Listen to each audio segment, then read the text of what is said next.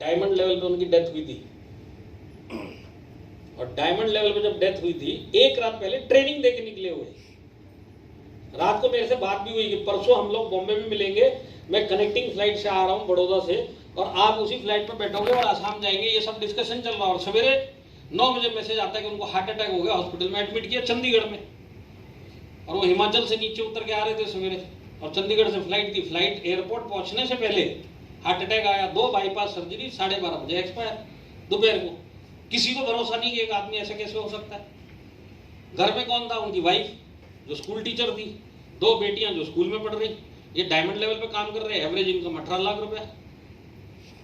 अब ये जो इनकी वाइफ थी और जो बच्चे थे, उनको ये पता है कि माइलस्टाइल डायरेक्ट सेलिंग करते हैं, पर डायरेक्ट सेलिंग पर से डिटेल में क्या इनको नहीं पता। तीनों लोगों को, वाइफ को, बच्चों को, कितनी इनकम है वो भी नहीं पता, क्योंकि कोई भी हिंदुस्तानी आदमी पाई टू पाई अपनी इनकम कभी भी अपनी वाइफ को बताता नहीं है। तो नायर साहब भी हिंदुस्तानी, उन्होंने भी बताया माइलस्टाइल पर। फैमिली को इतना पता था कि कमाई अच्छी है, घर में 3 गाड़ियां हैं, 2 बंगले हैं, रहने सहने को सब कुछ मस्त है, जो चाहिए वो मिल जाता है, तो इनकम तो अच्छी कमा रहे हैं। रैंक भी अच्छा है, क्योंकि जिस भी फंक्शन में इनके साथ जाओ तो फुल सम्मान मिलता है। इतना ही आइडिया बिजनेस का। ये लोग अपनी लाइफ में मस्त, वो लोग नायर साहब अपना डायरेक्ट सेलिंग में मस्त। डेथ हो गई। अब इनकी डेथ हो गई, उसके 46 या 47 डेज के बाद मेरे पास इनकी वाइफ का जिंदगी में फर्स्ट टाइम फोन आया, नायर साहब की डेथ के बाद उनकी वाइफ का। और मेरे को बोला, सर मैंने इधर उधर से आपका नंबर निकाला है, एक थोड़ा इमरजेंसी है, तो मेरे समझ में नहीं आ रहा किससे बात करूं, तो आपसे बात कर रही हूँ, मेरे को थोड़ा कंपनी से हेल्प चाहिए। तो मैं बोला क्या हेल्प चाहिए? तो बोली मेरे को 10 लाख रुपीस का लोन चाहिए अर्जेंट में, और मेरे को मैनेजमेंट से वो लोन चाहिए, और मेरा जितना इनकम है नायर साहब का उसमें से एडजस्ट कर लेना। अब देखिए, नॉर्मली माइलस्टाइल में क्या होता है कि जब कमाने वाली आईडी होती है ना, जिसमें अच्छी इनकम आ रही होती है, अगर उसका डिस्ट्रीब्यूटर एक्सपायर होता है या लीडर एक्सपायर होता है, तो सबसे पहले उस आईडी की इनकम को मैनेजमेंट खुद ही ब्लॉक कर देती है। ब्लॉक करने के पीछे कारण क्या है कि ये लीडर था, आज एक्सपायर हो गया, अगर इसके एग्जिस्टिंग बैंक अकाउंट में इसके मरने के बाद पैसा जाएगा तो नॉमिनी को निकालने में प्रॉब्लम आ सकती है, तो पहले तो पैसा ही रोक दो। नेक्स्ट स्टेप, ये जो नॉमिनी है जब अपने डॉक्यूमेंट सबमिट करेगा, तो ये जो साइट होती है उसकी मेंबर आईडी वो नॉमिनी के नाम पे ट्रांसफर होगी, और ये पेंडिंग पैसा भी उसको चला जाएगा, और नया पैसा तो उसके नाम से जाएगा ही, नॉमिनी के नाम से। तो ये सिस्टम मैनेजमेंट में ऑटोमेटिक रखा हुआ है। तो जैसे ही उनकी वाइफ का फोन आया 46 डेज के बाद, तो मैं समझ गया 18 लाख रुपए महीना नायर साहब की इनकम, आज उनकी वाइफ 45 डेज के बाद 10 लाख रुपए मांग रही, तो इसका मतलब है साइट ट्रांसफर हुई नहीं है नॉमिनी के नाम पे। तो मैंने उनको सीधा पूछा, बोला भाभी आपने पेपर नहीं दिएगा? तो बोले नहीं सर, एक तो मेंटली इतनी डिस्टर्ब है, अचानक ये सब हो गया, फिर गाँव जाना, मेरे घर जाना, इधर जाना, इनकी जो डेथ की बाद की सेरेमनी में इतना दिमाग डिस्टर्ब था कि ये सब ख्याल ही नहीं आया। अचानक सीए का फोन आया, एडवांस टैक्स भरना है, 10 लाख रुपए चाहिए, तो आपके खाते में तो है नहीं, फटाफट कंपनी से मंगवाओ।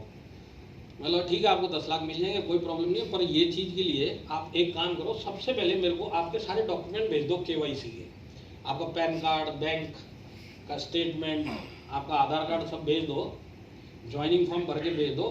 ये 10 लाख तो मिल जाएंगे, पर मैं ये भी कोशिश करता हूँ कि आईडी भी आपके नाम पे हो जाए।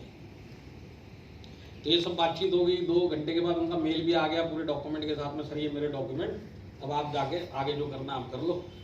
नेक्स्ट डे 4 बजे इनकी वाइफ का फिर फोन आया मेरे को, तो बोलती सर बहुत बहुत धन्यवाद, पैसा तो आ गया, पर गलती से 44 लाख भेज दिए कंपनी ने, मैंने 10 मांगे थे।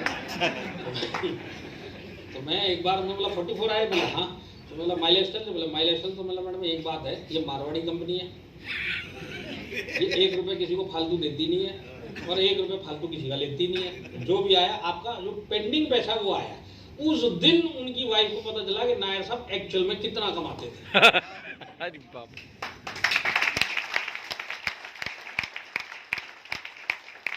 देखिए आज 5 साल हो गए, आज उनकी वाइफ फुल फ्लेज माइलस्टाइल कर रही है, फुल फ्लेज पूरा इंडिया उनकी टीमों के लिए जाती है।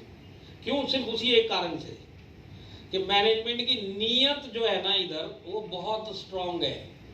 मैनेजमेंट ने नॉमिनी के पास पैसा भेजने के लिए रोक के रखा। बाकी किसी कंपनी में जो होते हैं ना इंडस्ट्री में, वो नॉमिनी नाम के होते हैं, एक बार आदमी चला गया, जो बाकी पीछे बचते हैं, मेरे आंखों के आगे लोग आके बोलते हैं कि सर दूसरी कंपनी में तो ऐसे होता है। क्या होता है, 10 लाख रुपए आप 10,000 रुपए महीने का ले लो, 6 महीना अपना सेट हो जाओ, उसके बाद ये भी बंद कर देंगे, इतना ही है।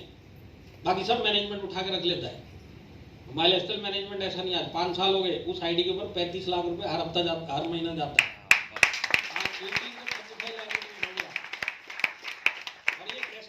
मैं आपको बताता हूँ, वो लेडी जो इनकी वाइफ थी, स्टार्टिंग में 0 नॉलेज था माइलेज स्टाइल का। हमारे इधर रेगुलर इनकम जिनको आती है उनको मंथली रीपरचेज करना होता है।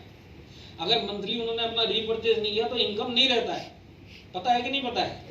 नहीं पता है, जिस दिन चला जाएगा उस दिन पता चलेगा। अब ये मैनेजमेंट देखिए, उनको पता था कि इनकी वाइफ को ये सब कुछ नहीं पता। चेन्नई में बैठ के हम लोग करवाते थे मंथली रीपरचेज, ताकि इनकम कहीं नहीं जाए, उस घर में जाए।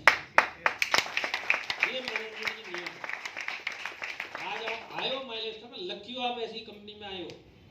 अब आपको सिर्फ एक ही काम करना है, पर्पस ढूंढना है, कमिटमेंट